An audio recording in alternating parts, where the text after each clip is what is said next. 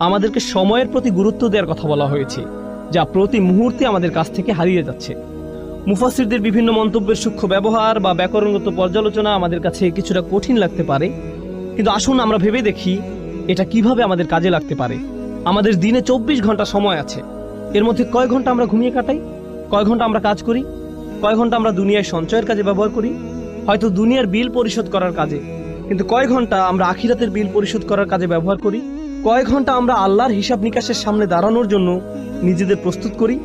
এখানে বাৎসরিক একটা হিসেব আপনাকে দিতে হবে, কিন্তু আসল হিসাব সামনে আসছে, যেখানে আমাদের প্রত্যেকটি কাজের হিসাব আমাদের দিতে হবে।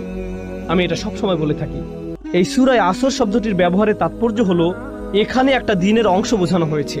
আল্লাহ আমাদেরকে আমাদের পুরো জীবনকে তুলে ধরেছেন, যদিও এটা কেবলমাত্র একটা দিন, মাত্র একদিন।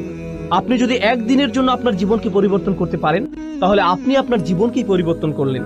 কারণ অনেকেই জানেন, অনেকে এখানে ফুল টাইম চাকরি করেন, অনেকে ফুল টাইম ছাত্র, অনেকে সবসময় বাসায় থাকেন।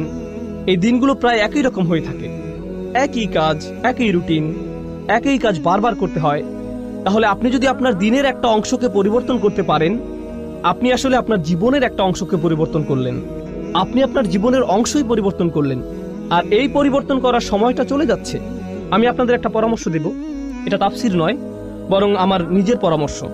তা হলো, রমজানে আমরা আমাদের পরিবর্তন করি, আমরা ঈদের সময় বিভিন্ন পরিবর্তন আনি, আমরা বিশেষ কোনো অনুষ্ঠানে আমরা আমাদের নিত্যকার রুটিনের পরিবর্তন আনি, হয়তো পরিবারের কোনো সদস্যদের মৃত্যুতে, হয়তো সন্তান জন্মের উপলক্ষে, ইত্যাদি কারণে আমরা এই পরিবর্তনগুলো আনি। এরপরে আমরা আবার আমাদের রুটিনে ফিরে যাই, কারণ আমাদের কোনো তাড়াহুড়া কাজ করে না। আপনি দেখবেন, আপনি কখনো বলবেন না, আমি আগে ঠিক 9টায় কাজে যেতাম, আমি এভাবে কিছুদিন গিয়েছি, কিন্তু এখন আমি কিছুটা অলস হয়ে পড়েছি, এখন আমি 10টায় বা 11টায় যাই।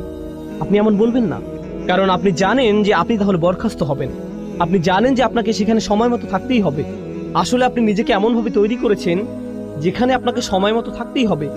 আপনার প্রতিদিন সেখানে সময় মতো উপস্থিত হওয়া ছাড়া কোনো উপায় নেই, এছাড়া আপনার কোনো পথ নেই। এভাবে ভাবার কারণে আপনার ধারাবাহিকতা ধরে রাখা সহজ হয়েছে। এখন আর এটা তেমন কোনো কঠিন বিষয় নয়, আপনাকে এটা করতেই হবে। এই নিয়ে দুইবার ভাবার প্রয়োজনও নেই। কেউ আপনাকে হয়তো বলল, ভাই তুমি এটা কিভাবে পারো? আমাকে এটা করতেই হবে। কিভাবে পারি জানি না, আমাকে শুধু এটা এভাবেই করতে হয়। আমরা যদি সত্যিকার অর্থে বিশ্বাস করি, যেভাবে আমরা বিশ্বাস করি যে আমরা যদি সময় মতো উপস্থিত হতে না পারি তাহলে আমরা চাকরি হারাবো, আমরা যদি সত্যি সত্যি বিশ্বাস করি আমরা একটা ক্ষতির দিকে এগিয়ে যাচ্ছি, আর এখানে এমন কিছু আচরণ আছে যা আমাদের মধ্যে আনতে হবে, যেমন নামাজে নিয়মিত হওয়া, উদাহরণস্বরূপ খারাপ কাজ থেকে বিরত থাকা। যদি আমরা সত্যিই বিশ্বাস করি যে আমাদের আচরণের পরিবর্তন না হয়, তাহলে আমরা ক্ষতির মধ্যে পড়ে যাব, যেভাবে আমরা চাকরি হারাই। আপনি দেখবেন, কোনো ইমিগ্রেশন অ্যাপয়েন্টমেন্টের জন্য মানুষ দেরি করে না, সেখানে মানুষ 2 ঘন্টা আগে গিয়ে বসে থাকে। তারা হয়তো আগের রাত থেকে প্রস্তুতি নিয়ে বসে থাকে, কারণ হয়তো সেখানে ভোরে 6টায় যেতে হবে, তাই হয়তো সে রাতে ঘুমাবেও না, সে আগে আগে যাবে, কারণ সে নিজেকে জানে সে যদি দেরি করে তাহলে সে ক্ষতির মধ্যে পড়ে যাবে। আমরা যদি সত্যিকার অর্থে বিশ্বাস করি যে এমন আচরণ আমাদেরকে ক্ষতির মধ্যে নিয়ে যাবে, তাহলে একটা দিন পরিবর্তন করা আসলে পুরো জীবনকে পরিবর্তন করাই খুব সহজ হয়ে যায়। কিন্তু কখন এটা সহজ হয়? যখন সেখানে বিশ্বাস থাকে। এই জন্যই যখন আল্লাহ খুসর নিয়ে বলছেন, সর্বপ্রথম কোন ব্যতিক্রম নিয়ে তিনি বলছেন? কারা? যারা বিশ্বাস করে। এটা কিন্তু সাধারণভাবে বলা নয়, আচ্ছা যারা বিশ্বাস করলো তারা বেঁচে গেল, না। আমরা এখানে এমন সাধারণ বিশ্বাসের কথা বলছি না, এটা হচ্ছে সত্যিকার গভীর আস্থা। আমি যা করছি তা সরাসরি আমার সফলতার সাথে যুক্ত, সরাসরি আমার ব্যর্থতার সাথে যুক্ত। তার চেয়ে ভালো আমি আমাকে পরিবর্তন করি, তার চেয়ে ভালো আমি তাই করি যা আমার করা উচিত। এটা শুধুমাত্র আসর শব্দে এমন বোধ আসা উচিত। এটা যেভাবে চিপে বের করে দেয়, নিঃশেষ করে দেয়, আর আমার এত সময় নেই। এখানে যারা ছাত্র আছেন, আপনারা হয়তো কোনো অ্যাসাইনমেন্ট আছে আর আপনি সেটা ভুলে গিয়েছেন, আর সময় চলে যাচ্ছে। একজন ছাত্রের মধ্যে তখন যে ধরনের তাড়াহুড়া দেখা যায়, ফাইনাল পরীক্ষার আগে যে ধরনের ব্যস্ততা দেখা যায়, ট্যাক্সের সময় একজন অ্যাকাউন্টেন্টের মধ্যে যে ধরনের ব্যস্ততা দেখা যায়, যে ব্যস্ততা আপনি দেখবেন, উদাহরণস্বরূপ আপনি যদি কাজে দেরি করেন, আপনি বাসায় যে ধরনের আচরণ করবেন, আপনার আচরণ পুরো পাল্টে যাবে। আপনি কোনোভাবেই দেরি করতে চাইবেন না, আপনি সবার সাথে এমন আচরণ করবেন যেন কাউকে আপনি পাত্তা দেন না। আপনি সকালের খাবার কিছুরই তোয়াক্কা করছেন না, আপনি চলে যান, কারণ আপনার ব্যস্ততা আছে। আপনি জানেন যে আপনি যদি না যান তাহলে আপনি সমস্যায় পড়বেন। আপনি পুরোপুরি জানেন। আমাদেরকে এই আস্থা নিজের দিনের ব্যাপারেও আনতে হবে। আপনার বস যদি আপনাকে বলে, আমি কসম করে বলছি তোমার সমস্যা হবে, যদি আপনার বস এটা বলে, সে যদি বলে আমি কসম করছি সে হয়তো অফিসে আসলো, সে আপনাকে নির্দিষ্ট করে বলল না, সে বলল প্রত্যেক কর্মচারীর বিশাল ক্ষতি হবে, আমি কসম করছি তোমাদের প্রত্যেকেরই ক্ষতি হবে, এবার অনেক বড় লোকসান হবে। আপনি কি মনে করেন সে যখন চলে যাবে আপনাদের মধ্যে কি কেউ বলবে হ্যাঁ আমার কিছু হবে না, আমি ঠিক আছি?